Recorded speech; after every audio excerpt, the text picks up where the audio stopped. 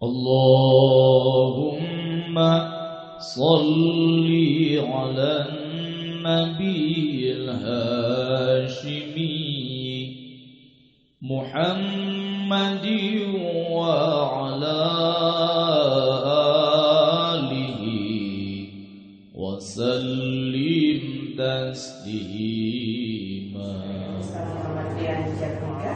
Ini ruh orang-orang kafir itu gerbongnya itu sallallahu alaihi wasallam.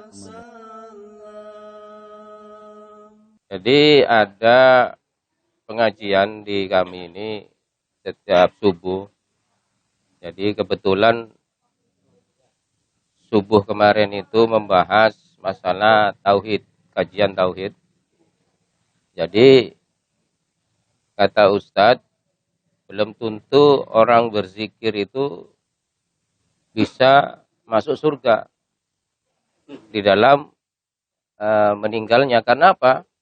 Karena di dalam lafaz la ilaha illallah, tiada Tuhan selain Allah, sebelum dia melaksanakan kata-kata la ilaha illallah itu tidak nyampe ke illallah. Jadi la ilaha illallah tidak ada.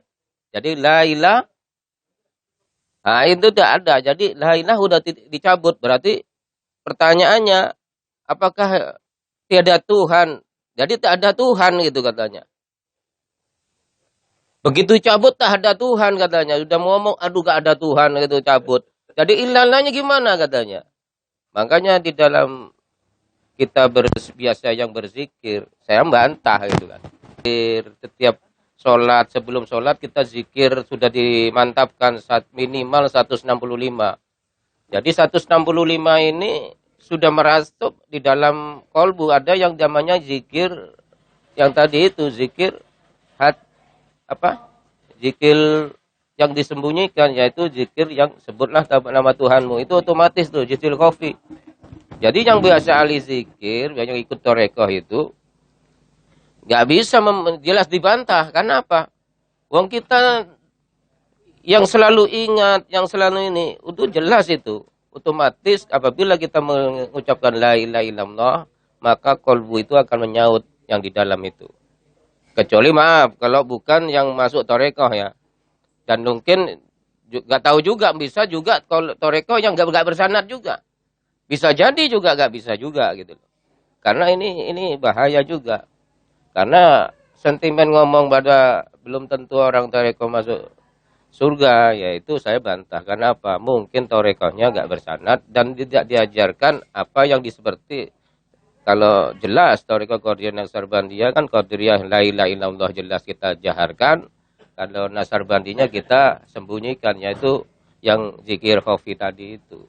Yang tak bisa orang ngerti bahwa kita berzikir, orang natapnya begitu kita meninggal la ilaha aja, tapi kan di dalam kalbu sudah ada titik ketukan. Gitu ya? Nah, itu tidak bisa jelaskan. Jadi ustadznya saya bilang, jangan-jangan ustadznya tidak ikut toreko. Nah, jadi pembahasan tauhid, sebenarnya tauhid itu membedah untuk apa? Setelah tauhid itu akan meneruskan, setelah tauhid itu tamat, katakanlah sifat 20, maka kajiannya akan melarinya ke tasawuf. Nah, itu. Jadi memang tahapan-tahapan inilah yang mungkin kita sebagai orang torekoh, ya biarlah orang sampai ada juga zikir, ada yang sampai ya zikir Allah itu yang kita sebut, nah itu tidak boleh diucapkan, ya kan? Itu jelas. Lalu ada lagi tingkatannya sampai dikit hu, itu jelas. Jadi bahkan ada yang bantah bahwa apa hu, ada ya huwa a, ya kan huwa. Itu bantah. Padahal kalau bertarekoh itu gak bisa dengan teori, harus menjalani perjalanan apa spiritualnya itu waktu perjalanan apa ya harus menjalani, kita berjalan atau kita mengamalkan. Jadi bukan hanya teori kita melaksanakan, karena perjalanan tarekoh itu mengamalkan sesuatu yang ada di kalbu, yang hadir ya dalam kalbu masing-masing gitu loh. Nah, mungkin ada ini ada Ustadz Rian, tanggapan Ustadz Mustafa, Ustadz Arif, ada Ustadz Munawir. Coba kita sampaikan ini, apakah benar yang tadinya, apakah hanya orang toreko aja nanti masuk surga gara-gara itu, atau orang yang biasa aja? Ya, mungkin tanggapan pertama mungkin dari Pak Ustadz Munawir. Gimana Ustadz Munawir? Assalamualaikum warahmatullahi wabarakatuh.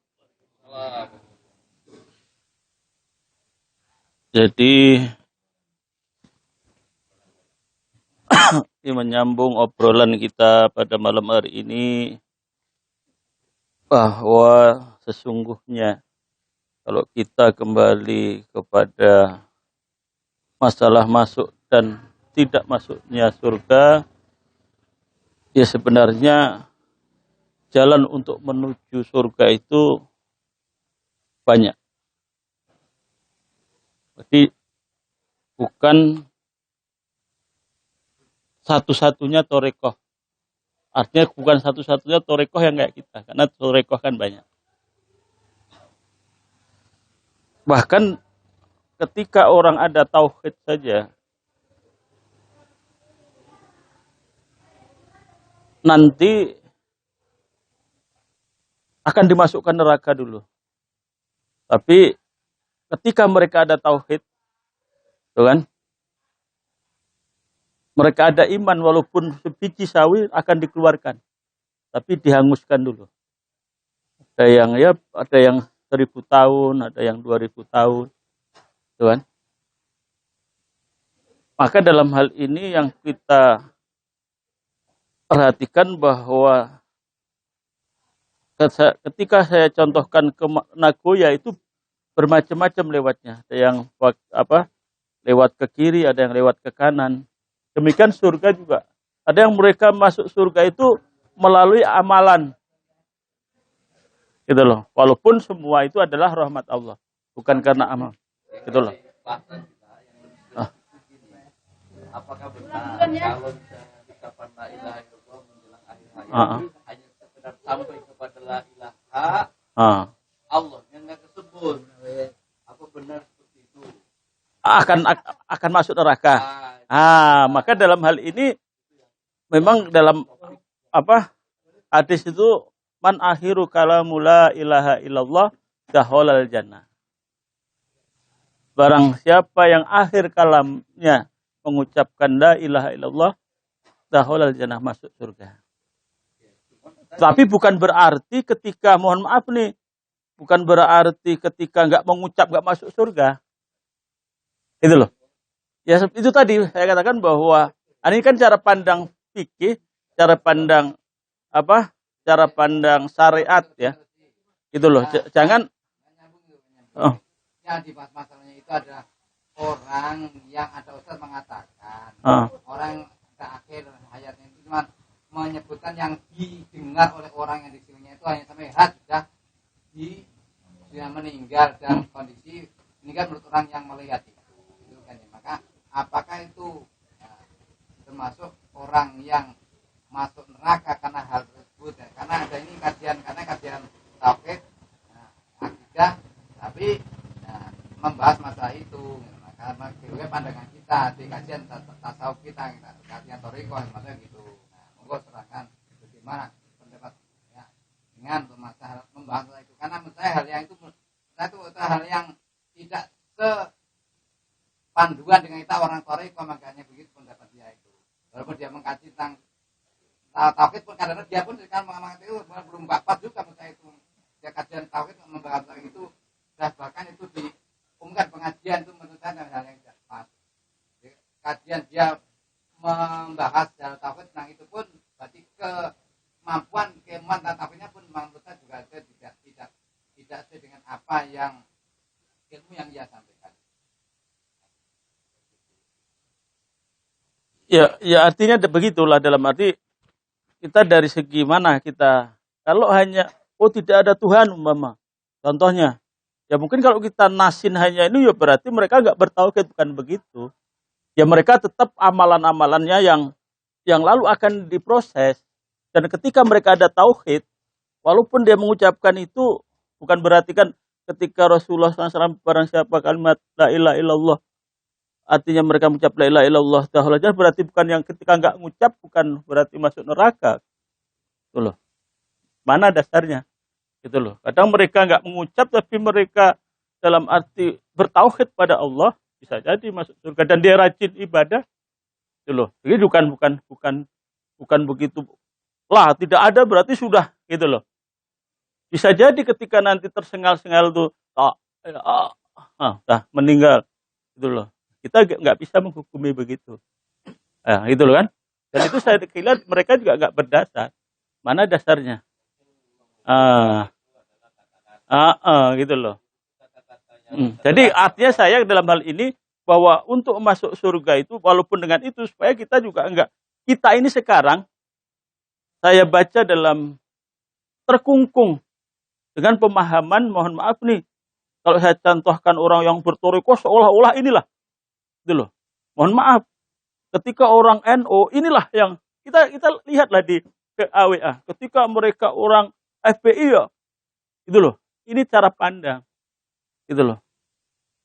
Dari mana cara pandangnya? Gitu. Dalam cara pandang ketika kita pernah ngaji dalam arti mereka ada tauhid aja, gitu kan? Mereka akan dimasukkan walaupun akan dibakar dulu, gitu loh. Gitu loh. Maka dalam hal ini itu mungkin saya. Sudah beriman. Pernah beriman apa sudah beriman? Ya beriman, sudah bertauhid pada Allah bahwa gitu loh. Ya iyalah. Ya la ilaha illallah itu kan apa? Memang syahadat kita kan, gitu loh. Apa? Ya kalau mereka beriman dan beramal soleh secara ini pasti. Hanya beriman. Setelah itu maksiat terus, tapi beriman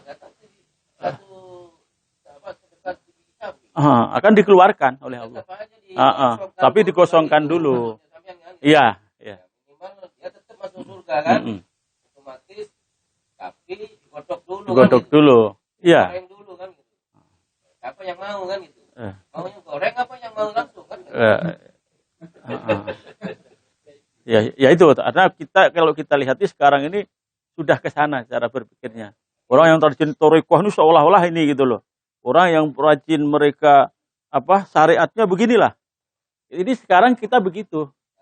Karena memang Al-Qur'an yang menjelaskan kita ini akan berpisah-pisah dan membesarkan golongannya sendiri. Wala takunu minal musyrikin. Gitu kan? Dan janganlah kamu seperti orang-orang musyrik, miladina, mereka adalah orang-orang yang bergolong-golong membesarkan golongannya. Itu. Jadi kita bukan berarti ketika kita kan dan sudah terjadi kita. Orang yang kita NU ya seolah-olah NU-nya Muhammadiyah ya ini yang paling benar. Thariqah, TKN ya gitu loh. Kan begitu, coba kalau kita kaji itu kan begitu. Maka oleh karena itu ini pemandangan saya boleh saja dan harus berbeda. Itu supaya kita juga jangan terkungkung dengan satu amalan. Banyak Roma, banyak pintu. Iyalah. Kalau rahmat sudah, kalau surga memang rahmat Allah bukan karena. Iya. Ya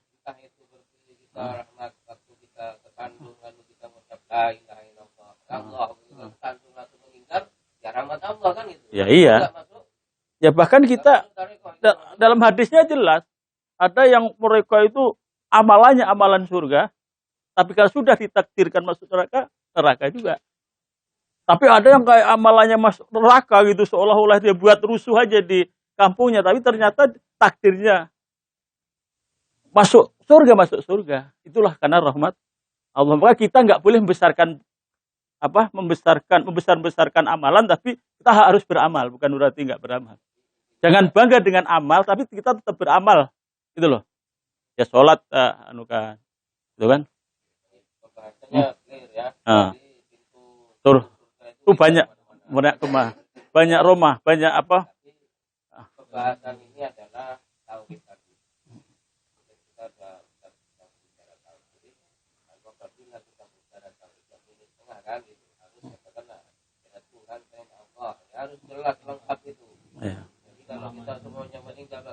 Tuhan. Oh berarti kalau nyaman tauhid, mentauhidkan kira Tuhan, berarti kan ada Tuhan itu.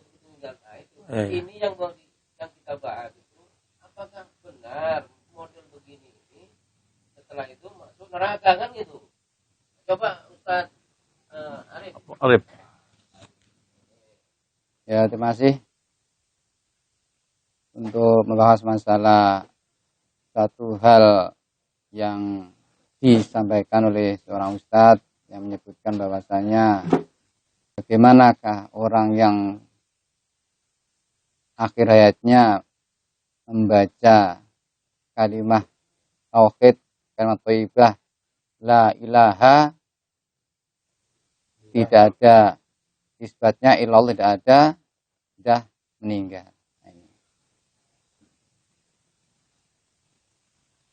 Irda Allah ada semacam itu. Tetapi itu menurut saya, kalau kajian dia orang yang ahli dzikir,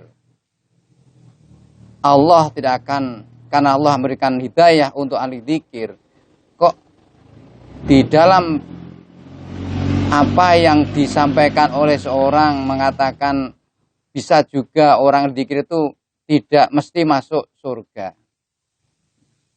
Kalau dzikirnya itu tersanadkan, tersambungkan sampai Rasulullah, itu hal yang muskil, ya.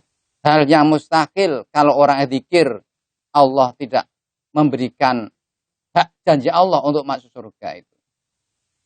Maka menurut saya itu orang menyatakan itu karena dia kajiannya tidak pernah mendalami tentang ilmu tasawuf.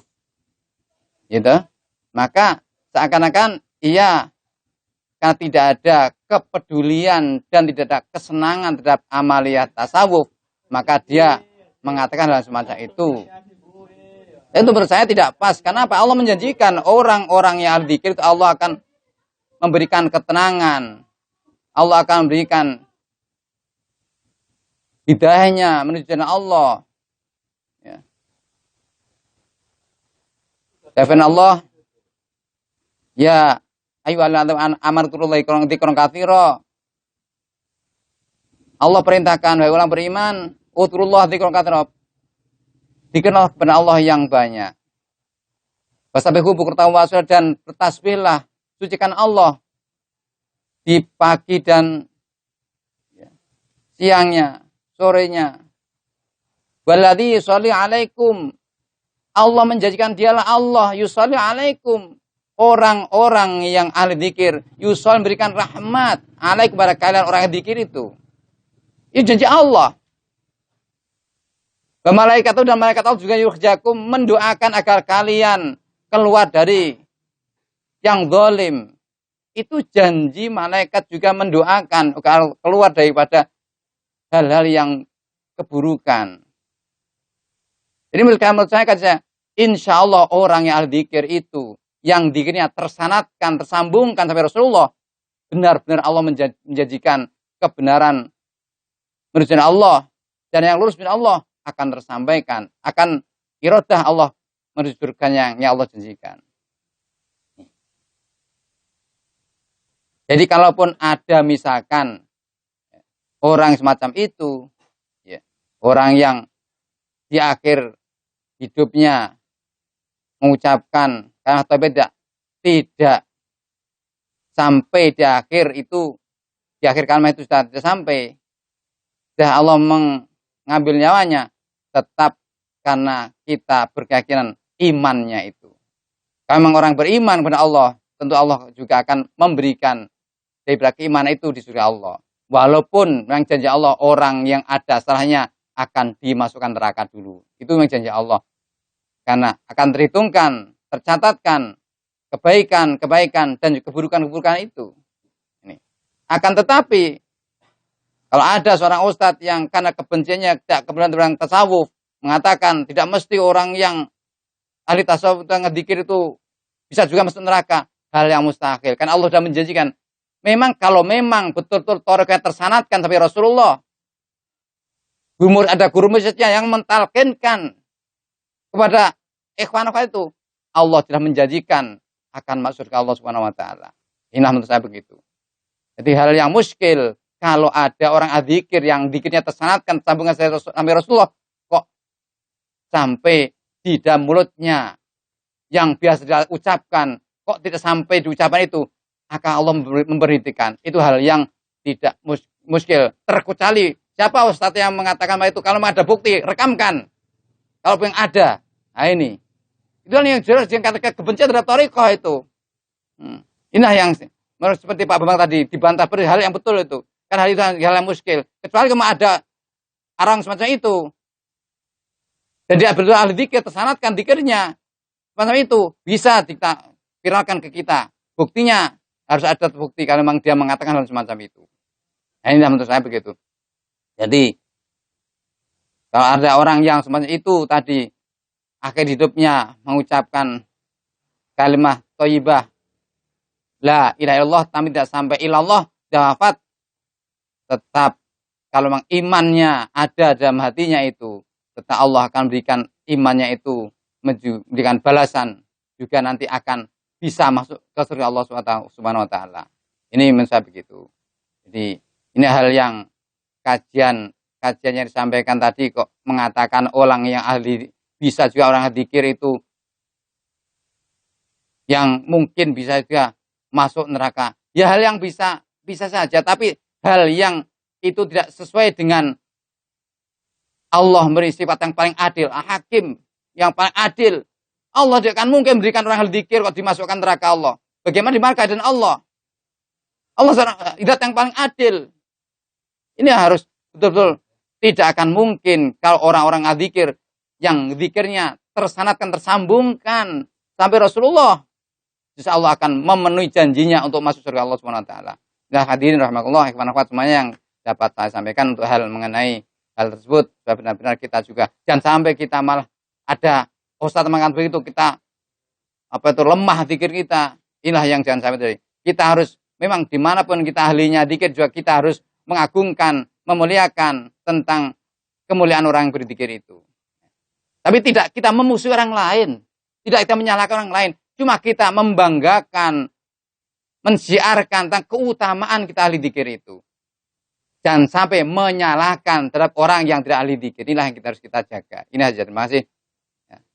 Saya sampaikan, assalamualaikum warahmatullahi wabarakatuh. Jadi pembahasannya sebenarnya tuh nyantai. Pembahasannya nyantai. Karena Allah itu menciptakan atau melahirkan ulama. Itu berbagai macam cara. Ada yang ahli tafsir, ada yang ahli hadis, ada yang ahli tasawuf. Jadi mempunyai peran masing-masing sebenarnya gitu. Kalau memang ustadz itu mengatakan bahwa kalimat ketika kita mau meninggal dunia, kemudian kita hanya bisa mengucapkan la ilaha, itu masuk neraka. Memang hadisnya sebenarnya ada. Hadisnya ada. Dan hadis ada itu memang sebenarnya kalau menurut saya itu untuk memberikan semangat. Semangat kepada orang-orang yang muslim itu tidak hanya mengandalkan ibadah yang syariat saja gitu. Itu kalau menurut saya seperti itu. Jadi supaya bagaimana kok bisa kalau seandainya dia meninggal itu bisa mengucapkan kalimat la ilaha illallah dengan sempurna gitu kan. Makanya ada jalan, itu kan jalan thariqah itu. Thariqah itu kan untuk melafadzkan itu terus. Sebagaimana guru-guru mursyid atau wakil-wakil talqin menyampaikan. Selalu menyampaikan untuk berzikir, ya kan? Melafadzkan,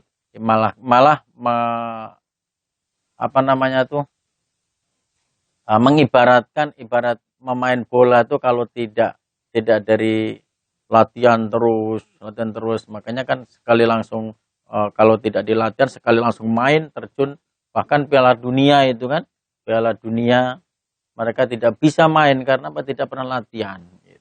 Sebenarnya itu juga hadis itu boleh-boleh saja. Ustadz itu mengatakan seperti itu karena itu memberi semangat sebenarnya. Cuman kadang-kadang ya Ustadz itu mohon maaf mereka kajiannya hanya sekedar ilmu teori.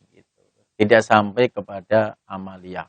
Tapi jangan salah juga, ustadz itu juga, dan juga bahkan thariqah itu tidak hanya di dalam ilmu tasawuf aja, bahkan ahli fikih pun kadang ada yang mengatakan berthariqah sebenarnya, karena mereka juga punya sanad gitu. Ada yang mengatakan seperti itu. Jadi ya kita orang berthariqah itu jangan sampai kita tuh punya menyalahkan sana. Oh itu mengatakan kalau Allah tidak mengatakan, kalau ini kan bisa, tidak bisa seperti itu. Tidak boleh juga seperti itu.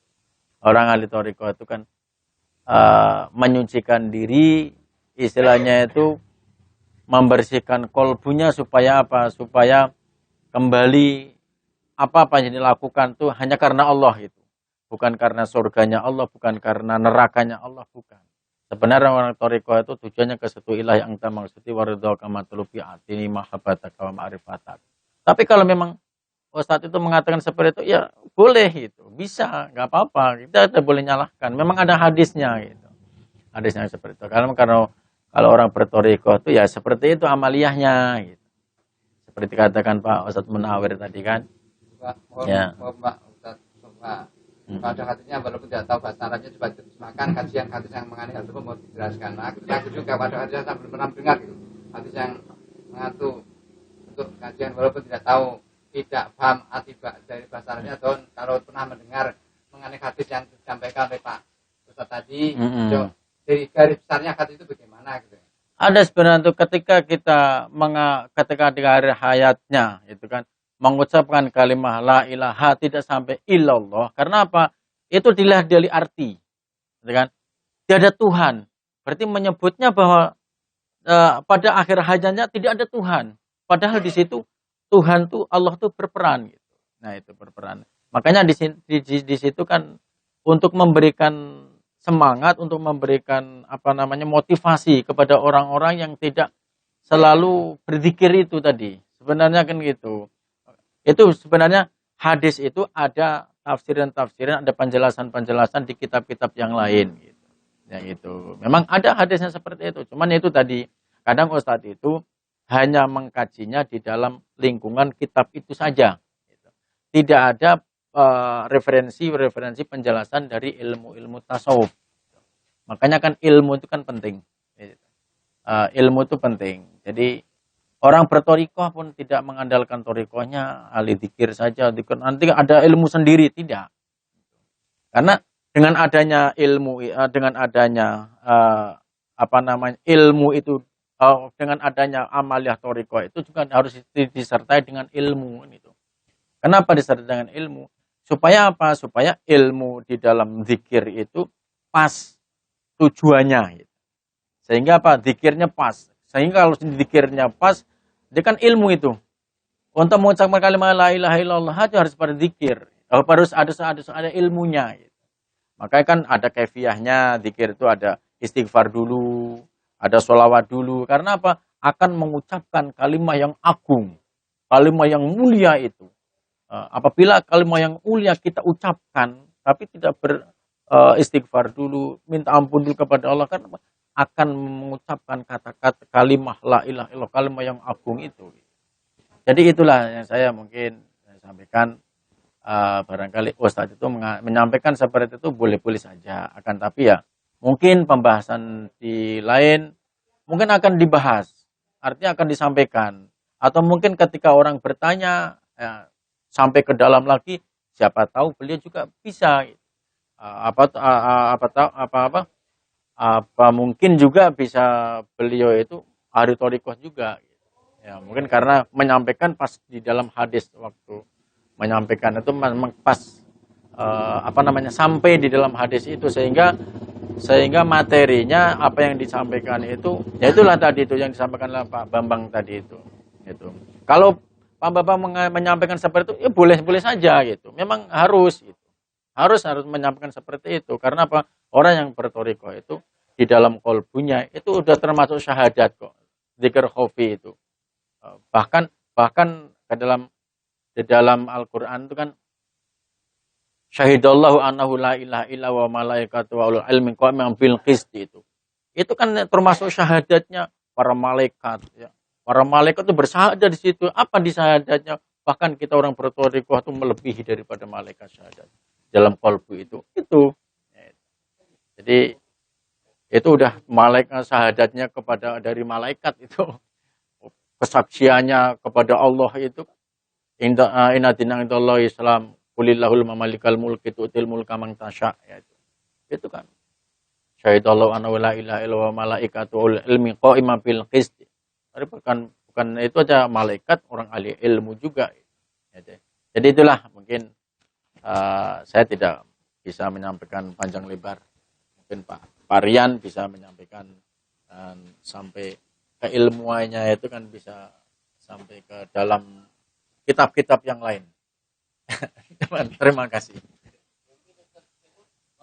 Bismillahirrahmanirrahim. Awalnya ini sumber daripada Pak Bambang. Mendengar dan melihat langsung ketika atau kultum subuh ada bahasa la ilaha. Nah, bahasa la ilaha ketika Allah mencabutnya saat tidak nyampe ke la ilaha Allah. Ya. Tapi secara saya secara global, saya yakinlah karena itu waktunya singkat, waktunya terbatas, dan penyampaian atau paparan itu juga orang-orangnya juga tidak diformilkan atau tidak diumumkan pembahasan intinya, maka secara global saja menurut saya itu barangkali ada perumpamaan. Barangkali mengandai-andai atau berapa semuanya akan seperti kita menyampaikan ya betul, itu justru bisa aja memberi motivasi karena saya yakin di situ tidak ada motif hal-hal yang untuk menyinggung torekot, saya kira tidak ada. Kita bicara luas, kita bicara apa, kita justru seperti itu, jangan sampai kita nanti atau setelahnya jangan sampai dibahas. Kemudian kalau memang tidak ada ahlinya itu sangat bahaya didengar. Kecuali kita membahas, memberi pengetahuan kepada orang atau teman atau sahabat atau guru atau yang profesinya mendalami torekot dan tasawuf, nah itu kita bisa pertanyakan. Tapi kalau di umum seperti kita jangan disampaikan karena itu memotivasi kita untuk bertanya kepada ahlinya. Terima kasih. Assalamualaikum warahmatullahi wabarakatuh. Jadi bahasannya ini menarik karena ketika mengucapkan la ilaha illallah hanya kalimat yang nafinya saja yang kesebut, la ilaha, Allahnya yang isbatnya tak kesebut. Nah, gitu. Nah, kita ngambil satu pengetahuan yang penting menyangkut zikir ini. Salah satu rujukan yang sering dirujuk oleh banyak pihak itu kitab Al-Hikam. Jadi ketika orang sudah berzikir, tapi belum bisa terlihat kearifannya, belum nampak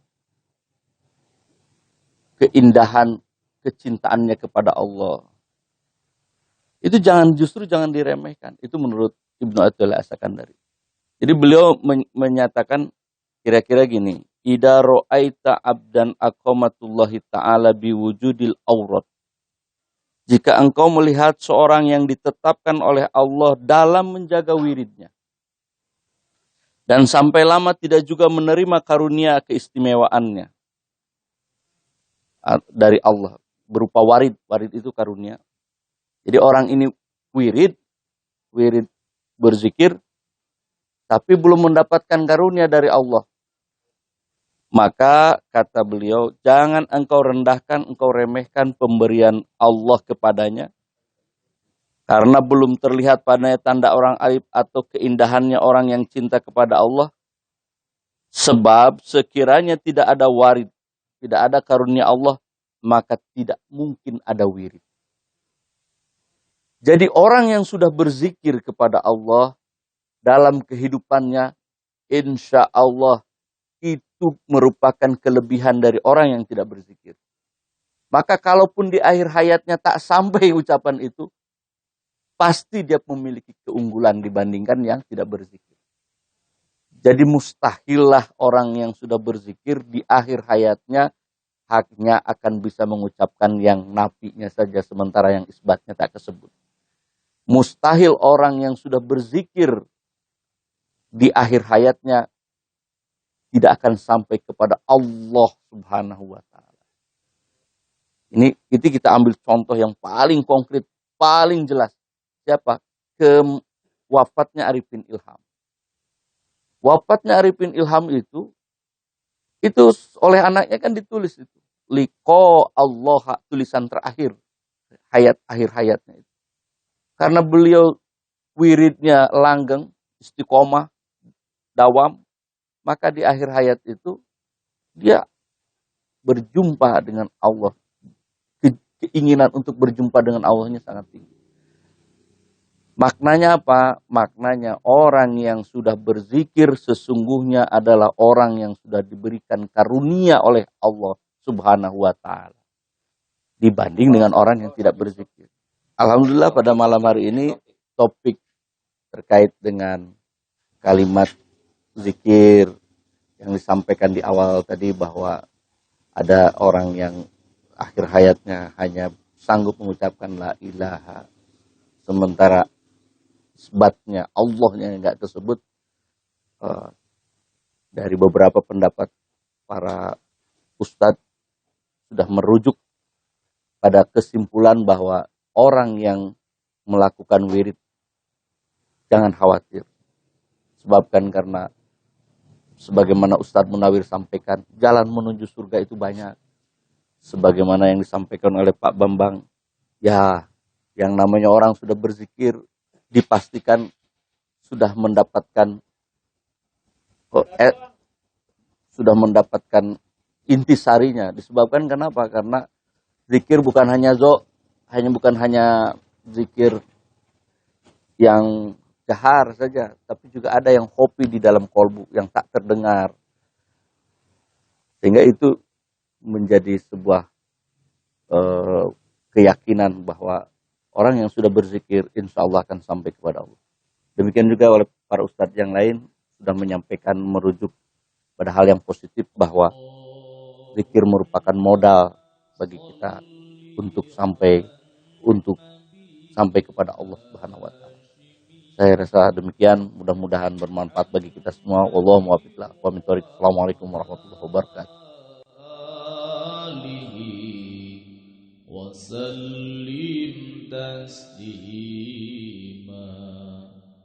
Allahumma salli ala